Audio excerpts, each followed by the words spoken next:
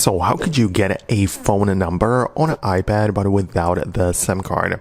Let me explain it, and if you're new here, subscribe and we can get started. So the most common scenario with it is that people don't really have like a cellular connection, only the internet connection, but they want to access and have a phone number.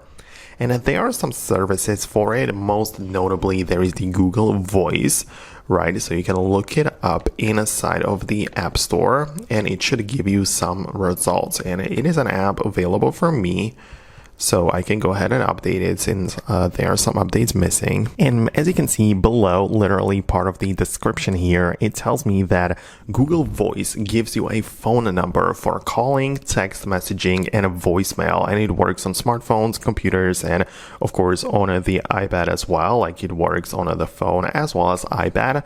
So this is like the most common way people get their like phone numbers even without a SIM card. I'm not saying this is like the only possible provider for it, but this is most commonly used, right?